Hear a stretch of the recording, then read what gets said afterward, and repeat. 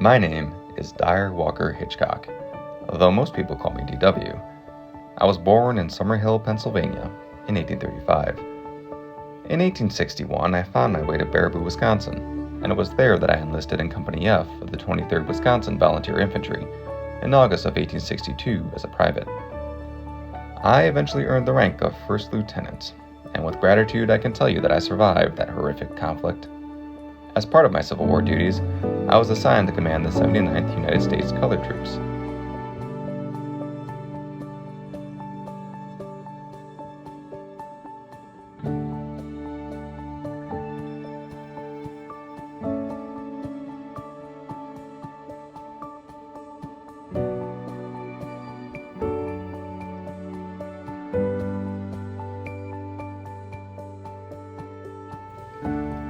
October 7th, 1862, Cincinnati, Ohio. Sunrise this morning found us 8 miles from the city. The morning was pleasant, and the scenery along the river is beautiful indeed. Arriving at the depot, we were marched to the 5th Street Market House, where we were served the best meal we'd had since leaving home. The regiment was then dismissed until dinner. The boys enjoyed themselves hugely in the eating, and after dinner, we received our haversacks and canteens. After 2 more hours of recreation, we formed in line and marched for Kentucky. We crossed the river on a pontoon bridge and marched some 3 miles to our line of defense. The evening was very warm, and the roads very dusty, so our progress was slow.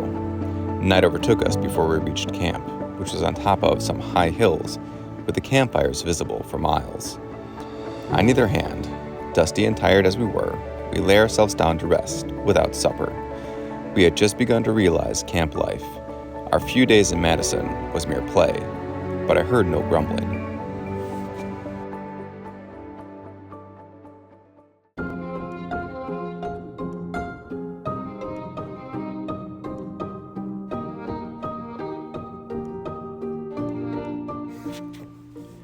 October 19th, 1862. Camp Bates is the name of this camp. The staff officers and captains of companies received tents this day. The rest of us quartered under the shade of the peach trees. The weather is very warm during the day, and the nights are cool and agreeable.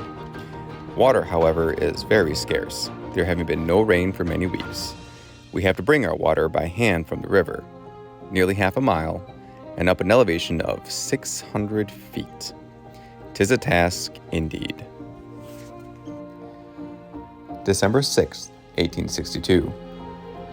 Bright and warm today. We had company drill and received the President's message. 'Tis a masterly document. He proposes an amendment to the Constitution regarding the slave states in rebellion and slavery. He argues each point of the amendment with great force and earnestness. The soldiers are intensely interested in anything coming from the President on the war question.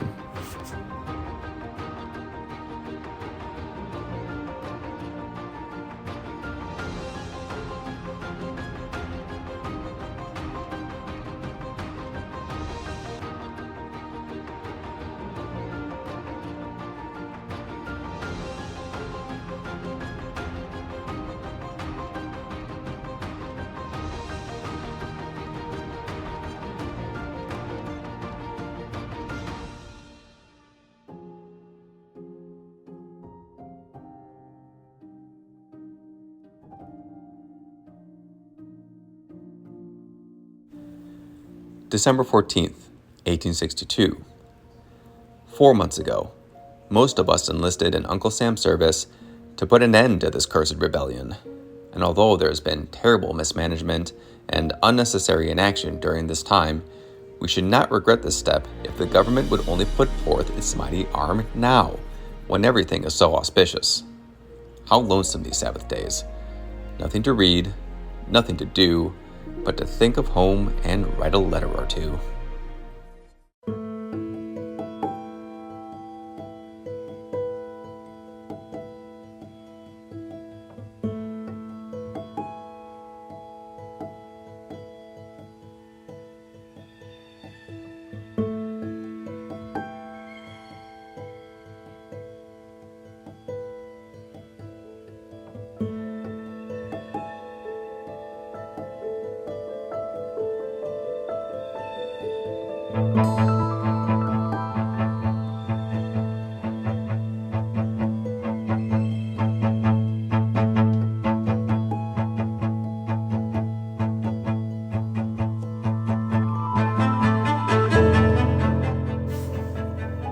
December 19th, 1862. Company drill in the morning, battalion drill in the evening. We've received orders to hold ourselves in readiness to move tomorrow at 10 a.m. News has reached us of the great battle at Fredericksburg, in which our forces lost 5,000, killed and missing. General Burnside commanding. General Banks is in the war in Richmond. The fall of that city seems inevitable, if only our generals will but rush things through. December 22nd, 1862.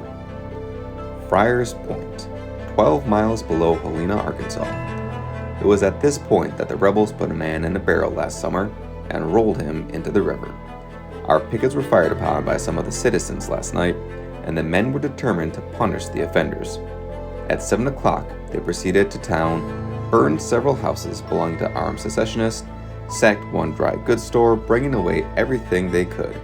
Some had books, others clothing, pictures, silk hats, furniture of various kinds, and the cutlery. It was quite amusing to see the boys come away with their booty, each hurrying and almost out of breath.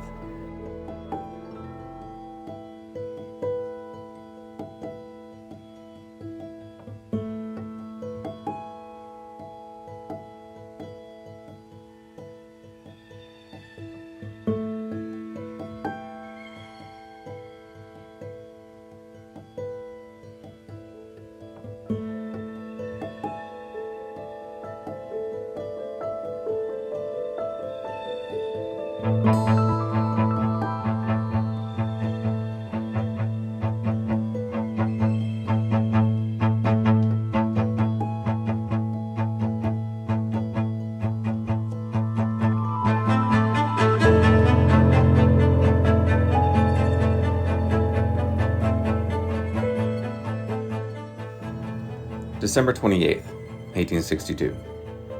Fighting today between us and the enemy's fortifications, which were situated on a high bluff running to the southwest. Between us and them was a deep bayou, and lowland covered with patches of wood. Their guns covered both of these, while the lowland was full of their light artillery and infantry. General Curtis opened the ball last Friday by engaging their batteries with his own artillery, while he should throw a bridge across the bayou. Saturday, he succeeded in finishing the bridge, supported by General Steele. Its passage was hotly contested, with some loss on both sides. This morning, General Morgan L. Smith took his division forward. The contest was terrific all day. The fighting was mostly with artillery, and we succeeded in crossing a few regiments, but with heavy loss. Morgan L. Smith received a flesh wound which disenabled him for the day, so General Sherman ordered General A.J. Smith to command Morgan L. Smith's division and push them across at all hazards. A.J. took one look at the scene and respectfully declined to lead such brave men into the very jaws of destruction. Dark closed the bloody struggle, bringing with it a tremendous rain. The right division was held in reserve, and we made ourselves beds of leaves, 2 or 3 joining together. Putting our blankets over them, we managed to keep ourselves quite dry. Though I was unwell, I joined my company, being bound to be with the boys when the rub comes. December 29th, 1862. The fight was renewed with increased vigor this morning. Preparations had been made for crossing the bayou at several points during the night. The artillery of 3 divisions thundered away all afternoon, silencing but a single battery of the enemy. In the afternoon at 2 o'clock, the engagement became hot.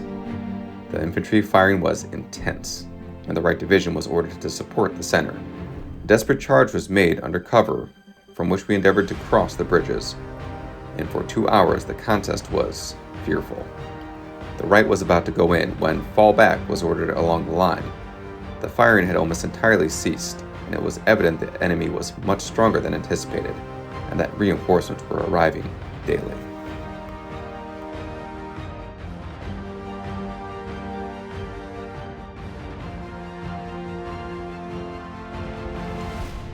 January 1st, 1863. The first morning of the new year has opened forth clear and mild, as if to favor our undertaking. As near as we can learn, great preparations are being made to prosecute the siege soon. All quiet along the lines today. Heavy bodies of enemy are seen passing to our right, evidently intending to flank us.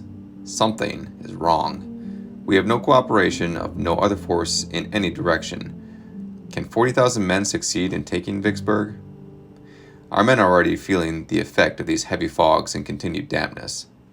At 9 o'clock the evening's "fall in" was sounded along the line. Silently, boys, not a word above a whisper. We were retreating. It was plain to everyone, even as we reached the main road leading to the landing. We reached the boat's bed midnight, occupied our old quarters, and laid down for the night, wondering if this was the end to the great demonstration on the Sevastopol of the West. January 3rd, 1863. We're moving back up the Mississippi. The whole North had been looking to the Mississippi expedition as the thing that should open up the great Western Valley to the commerce of the world, thus effectively breaking the backbone of the rebellion. 4 months, $1 or $2 million, and the best season of the year had been spent collecting together 40,000 of the brave boys of the West and organizing them into this expedition. On the 20th of December, it moved to its destination, Vicksburg. It is seen that city's formidable fortifications lost 1,000 men, and 1,000 more had contracted disease from the miasma of the swamp. This will render them useless for the months to come. Retreated. What does it mean? That is the all-absorbing question.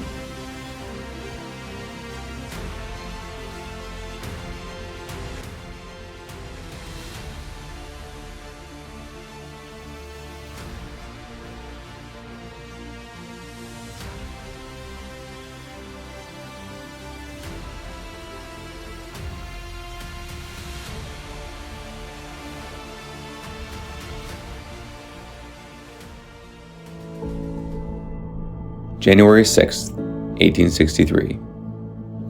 A single city has held the key to this river for a score of months, bidding defiance to the people of a great free nation to seize the key, turn the lock, and conquest. How long shall she frown on us thus? Oh, that we had some man capable of leading the brave boys of the West to scale her walls and chronicle her days among the past.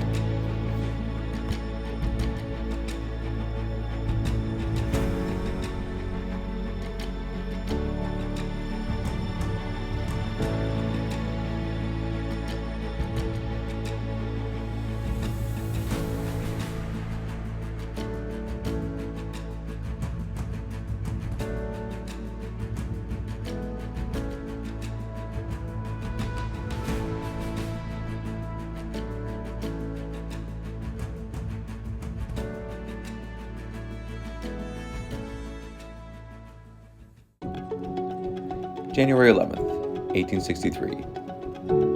The morning was occupied getting in and amongst the artillery and men. At noon it was whispered that we had surrounded the enemy, and for 2 hours there was almost perfect silence as we painfully awaited the opening of the ball. At 2 o'clock the simultaneous roar of cannon from the ironclads and artillery reverberated through the air. The ball was open. Our regiment was in General Burbage's command, which occupied the left. In a few minutes an aide came up saying, "General Sherman is advancing on the right, with cheers." Soon that cheering and musketry reached our ear. Said General Burbage, "We will not wait further orders, but advance at once. Colonel Guppy will hold his regiment in reserve until the 16th Ohio makes a charge, and then support it." The 16th advanced immediately, and we followed on the double quick, through the brush and mud. As we approached the opening in front of the enemy's rifle pits, the 16th wasn't to be seen. They had charged, broken, and skedaddled into the woods again. We formed a line in the woods and laid down while the colonel tried to find the 16th, but I think he was unsuccessful. He soon returned and we commenced advancing, steadily and cautiously. The battle was raging fearfully. It seemed as if every piece of our artillery was speaking while the ironclads were doing ground execution upon the 10-inch guns of the fort. At 3 o'clock, General Burbage rode up and said, "Boys, 3 regiments have broken and run. Another, I cannot line up. I depend on you. Stand by each other, work together, and do your duty." "We will, General," was the reply. We were waiting on ammunition when the white flag appeared. The colonel stepped to the front of us and told us to come on as we crossed the field. He occasionally turned and ordered, "Guide center, keep a good line, boys." As we marched into the fortifications in perfect order, every man in his place. In half an hour, General Burbridge, with the stars and stripes wrapped around him, rode up to our line, and being enthusiastically cheered, thus addressed us. "Gentlemen, you thought me a sesh when we were marching through Kentucky, because I protected the property of Kentuckians. But I hope my conduct this day has proved to you that I am a Union man, and I shall always fight for this glorious old flag. I am proud of my brigade, proud of the noble conduct of the 23rd. Boys, you did your duty, and I shall ever remember old Wisconsin." We turned away and receiving a hearty cheer as were ever given a brave general by a thus justly complimented regiment. We have obtained a splendid victory, having taken 6,874 prisoners, some 8,000 stands of arms, a large number of horses, some 60 wagons and teams, considerable ammunition, and a small amount of commissary items. Our losses are 100 killed and 900 wounded, with a few missing. The rebels must have had several hundred killed, as our guns threw such an amount of shot and shell among them.